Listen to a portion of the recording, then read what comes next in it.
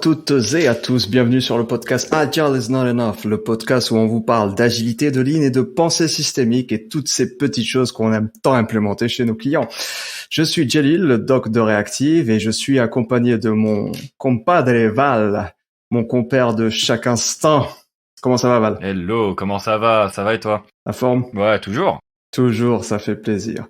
Alors aujourd'hui, on a le grand plaisir, et comme toujours, parce que mes invités sont triés sur le volet, d'avoir avec nous Ohana Junku, notre coach en leadership favorite. Je dis ça parce qu'elle travaille avec moi, forcément, je suis toujours biaisé dans mes choix. Et donc, Ohana, aujourd'hui, on va parler d'un thème qui me tient particulièrement à cœur. Ce sont les organisations. Et j'ai intitulé le podcast d'aujourd'hui « Les organisations sont des organismes vivants comme les autres ».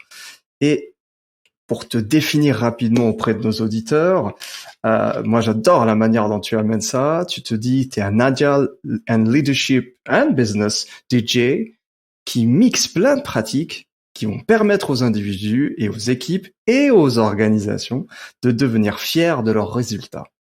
Est-ce que tu veux ajouter quelque chose? Déjà, bonsoir Jalil, bonsoir Val. C'est un grand plaisir de vous retrouver ce soir sur ce podcast et surtout de parler de ce sujet qui me passionne. Travailler avec les organisations, avec des gens, observer leur dynamique de groupe, oui. Et puis casser un peu les codes. Casser les codes. On aime ça, casser les codes. Ça fait plaisir. On est d'accord. Ben, merci beaucoup d'avoir accepté cette invitation. On est vraiment très content de t'avoir. Et ben écoute, moi je vous propose sans plus tarder de passer directement sur la première question. Ce qui nous intéresse, c'est pour toi, Ohana, comment tu peux définir une organisation, un organisme ou un système complexe, parce que nous savons que ce sont des systèmes complexes, toi et moi, mais peut-être que les auditeurs sont pas très au courant. Une organisation, on parle de la théorie du système, parce que on parlait des systèmes. Une organisation, c'est une collection de personnes qui ont un but commun, des interactions entre eux et des frontières. Donc ça, c'est un peu la base d'un système. Maintenant, ce qui est important pour moi de dire dans les organisations, c'est que les organisations sont faites par des gens, enfin construites par des gens. Voilà, ça, c'est très innovant ce que je viens de dire, je crois. Et puisque les gens sont des êtres vivants, alors une organisation est un être vivant aussi. Parce que le système, vu que ce n'est pas juste une collection des individus, mais sont aussi les relations entre eux, les rôles, les frontières, tout ce que l'on vient de dire. Donc c'est plus que la collection des individus. Dans l'intelligence collective, il y a une définition qui dit 1 plus 1 égale 11.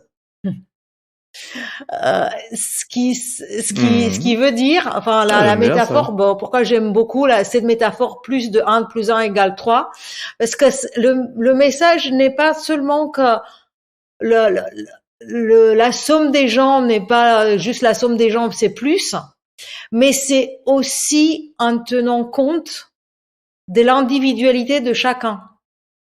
Donc le 11, c'est 1 et de 1. Chacun. Et parce qu'on prend en compte de l'individualité de chacun, exactement. C'est pour ça que ça fait 11, donc bien plus que 3. Exactement. C'est une sorte de force exponentielle. Et c'est de là où les interactions entre plusieurs gens, et puis chaque personne, déjà, c'est une personne complexe, parce que qui la connaît, ni elle-même, ni nous-mêmes, nous ne le connaissons pas bien. Exactement. Alors, imaginez ce que ça veut dire interagir entre plusieurs personnes. Donc, on arrive à ce système dit complexe, selon si tu veux, même la définition de Dave Snowden et de Kinevin, où si le système a une information en entrée, c'est absolument imprévisible de savoir ce que le système va faire avec.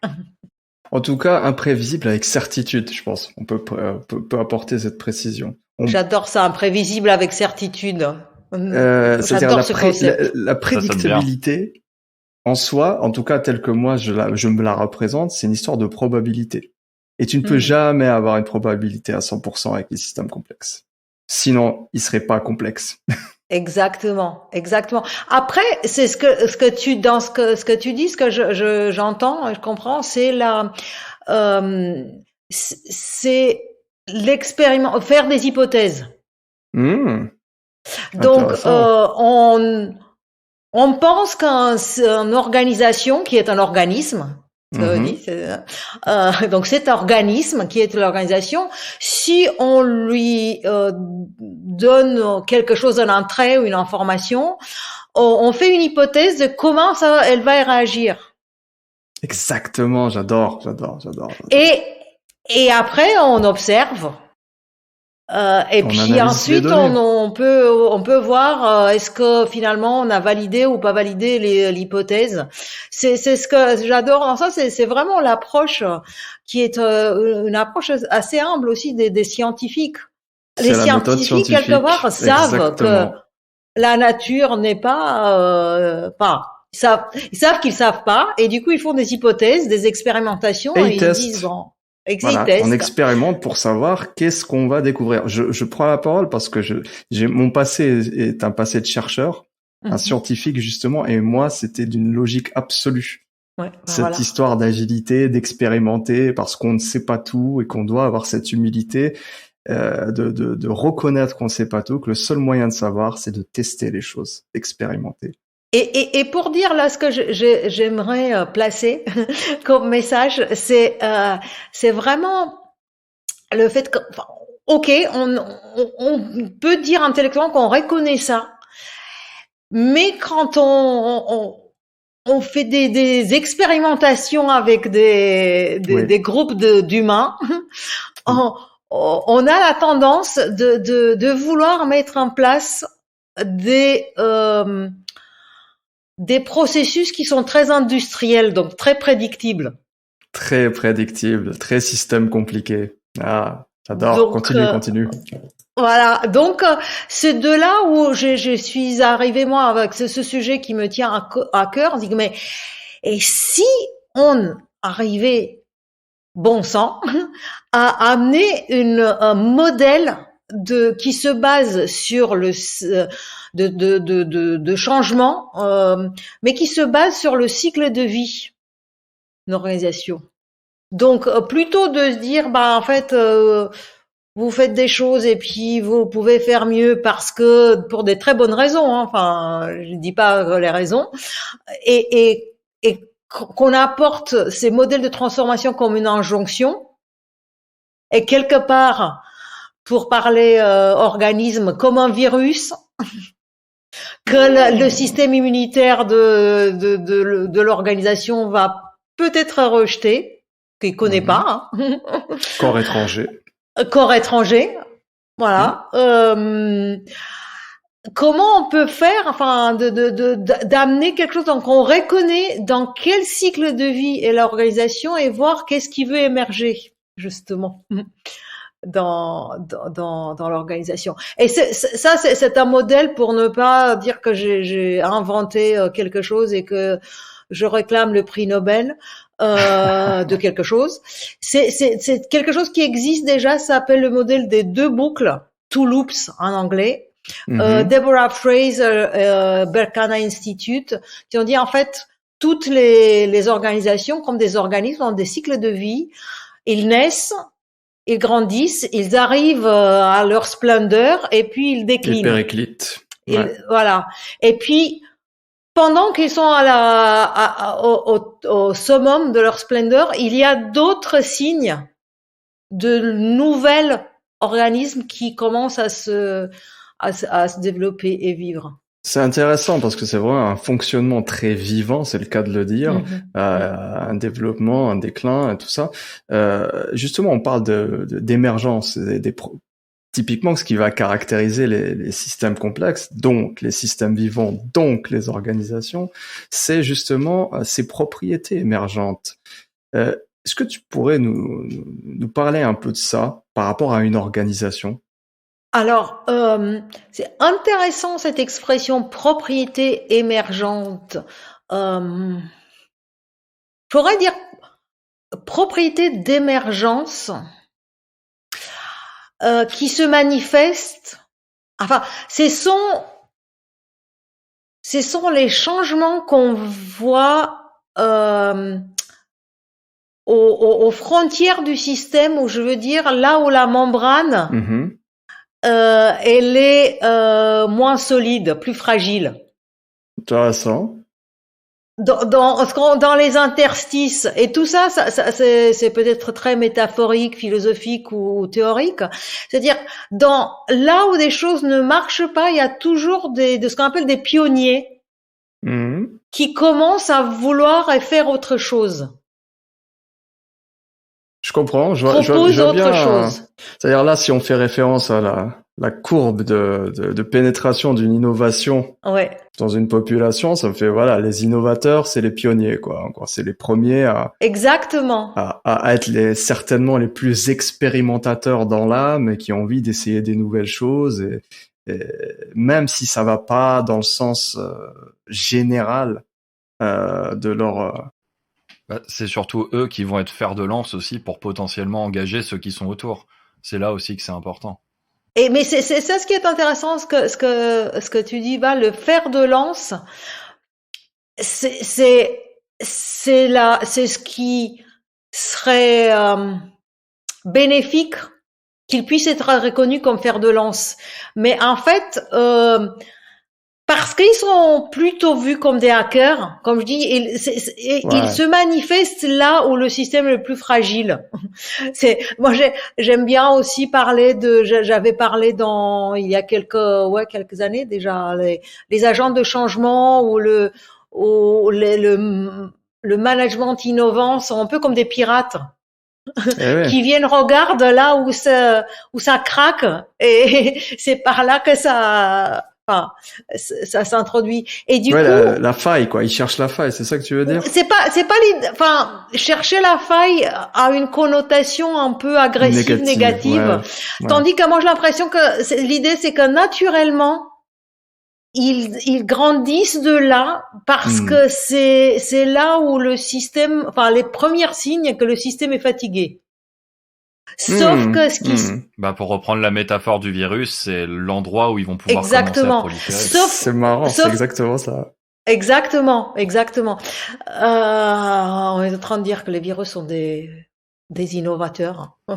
En soi, oui. En tout cas, ils s'adaptent perpétuellement, tout comme tout système vivant, ils s'adaptent pour survivre. Et donc, ils vont essayer de trouver le moyen d'envahir l'autre le plus facile, le plus simple. C'est là où c'est un peu plus fragile. Comme pour reprendre ta métaphore de la membrane. Exactement. Ils vont essayer de trouver une clé sur un récepteur membranaire. Ils vont réussir à rentrer dans la cellule et boum, ça commence. C'est ça. Et en fait, là, je veux dire, la différence que je vois, c'est que ce changement vient un peu de l'intérieur, parce que ce sont des gens qui observent et qui disent, en fait, là, ça ne peut plus marcher comme ça, ce n'est plus soutenable, faisons différemment. Et là, moi, tu me fais penser à la mutation. Ah. Parce que dans les êtres vivants, typiquement, ce genre de changement, ça s'appelle une mutation. Exactement. Un gène qui va muter, boum, et qui va entraîner toute une série d'effets et de propriétés émergentes. Exactement. Et l'idée derrière, c'est de dire, mais en fait, comme dit cette émergence apparaît souvent quand l'organisation, le système, on peut parler organisation en même société, hein. Enfin, ça s'applique pareil. Quand elle est à l'apogée. C'est là où les premiers signes commencent de fragilité commencent. Et très souvent, donc à la courbe descendante, ces pionniers, ces voix singulières apparaissent. En général, on les marginalise. Comme je dis, c'est comme le système immunitaire qui se défend. On commence à les marginaliser, et si elles deviennent un peu plus puissantes, on les agresse encore plus.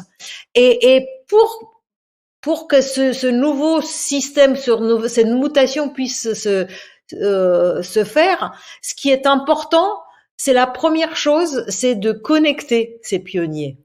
Qu'ils arrivent à se connecter entre eux pour qu'ils forcent, à un moment donné, ils peuvent créer une masse critique, je sais pas si c'est la meilleure expression, pour qu'ils puissent plus être annihilés. Il y a aussi, en fait, dans ce que tu dis, il y a une composante, je pense, en tout cas telle que je l'aperçois, qui est très portée sur leur capacité à non seulement communiquer entre eux, mais former, comme tu dis, une masse critique, mais pour pouvoir influencer la masse critique de l'organisation vers des nouveaux comportements ou des évolutions de l'ancien. Parce que seuls, ils restent quand même isolés quelque part. Ils ont peu d'impact. Oui, après, l'influencer, c'est difficile. Ce qui est important, c'est je parle aussi avec comment ce modèle est construit. Ce qui est important, c'est de se renforcer. Donc l'idée de se connecter, nourrir, qu'ils arrivent à se nourrir. Et aussi, il y a quelque chose d'important, c'est nommer. Ça a l'air très un peu anodin, mais on identifie quelque chose qui a un nom. Tu vois, le courant sans nom. Qu'est-ce qui serait l'agilité si on l'aurait pas appelé rien en fait. Enfin, si on l'aurait appelé autre chose, ok, mais si on l'aurait pas appelé agile. Si c'était le courant de ceux qui veulent que les interactions entre personnes soient plus importantes que pas d'identité. C'est pas catchy. Ouais, ça leur permet effectivement de définir peut-être une identité, en tout cas d'identifier ce qui les caractérise. Souvent des nouvelles pratiques, des nouveaux trucs, et donc de se soutenir un peu les uns les autres, parce que pour moi ils font figure un peu d'anomalie dans l'organisation. Exactement. Et ça me fait penser au dernier point. Enfin, quelque part, tu me tends la perche au dernier point qui m'intéressait de commencer à aborder dans ce podcast. C'était l'auto-organisation. Et alors, ces innovateurs, en tout cas ces éléments, ces anomalies dans le système qui commencent à émerger et qui commencent à interagir entre eux, leur impact sur l'organisation, en tout cas la façon dont ils vont fonctionner plutôt, ça va probablement être de l'auto-organisation parce qu'ils vont pas faire partie d'une équipe bien définie, d'une structure préexistante, de trucs. Enfin, tu vois ce que je veux dire, ils sont pas ensemble dès le départ. C'est juste qu'ils se retrouvent sur leur nouvelles pratiques, leur nouveau raisonnement, peu importe. Et ma question, ce serait alors, comment on pourrait définir cette auto-organisation et comment on pourrait la favoriser? Quand tu commençais à m'introduire la question, Jalil, j'étais en train de penser qu'en fait, quelque part, pour moi, émergence et auto-organisation, ça va ensemble. Le truc qui émerge, forcément, c'est propulsé par un but de créer autre chose qui fait qu'ils se auto-organisent autour de ce but commun. Et en effet, pour exister, c'est d'une façon naturelle et organique, ça s'auto-organise. Parce que c'est pour vivre. Mais ce que je disais, pour le soutenir, c'est important de les connecter, de nourrir avec ce qu'ils ont besoin de ressources. Donc ça, c'est des cas par cas. Et nommer. Donc créer cet espace qui est suffisamment solide pour qu'il puisse avoir une voix, enfin, qui soit reconnaissable. Et l'auto-organisation, elle vient par le fait que c'est émergent, parce que ils ont un but d'existence qui est différent. Sinon, ils seraient pas pionniers ou innovateurs. Tu vois, c'est pas. S'il y a quelqu'un d'autre qui leur dit comment s'organiser, c'est différent. Par contre, la seule chose que je voulais ajouter, c'est pas tout à fait la réponse à ta question, c'est que quand ça devient suffisamment important et quand le système dominant décline vraiment, ce qui est important, c'est pas une auto-organisation, ce qui est important, c'est de accompagner le système dominant vers la mort pour que ça composte dans le nouveau système.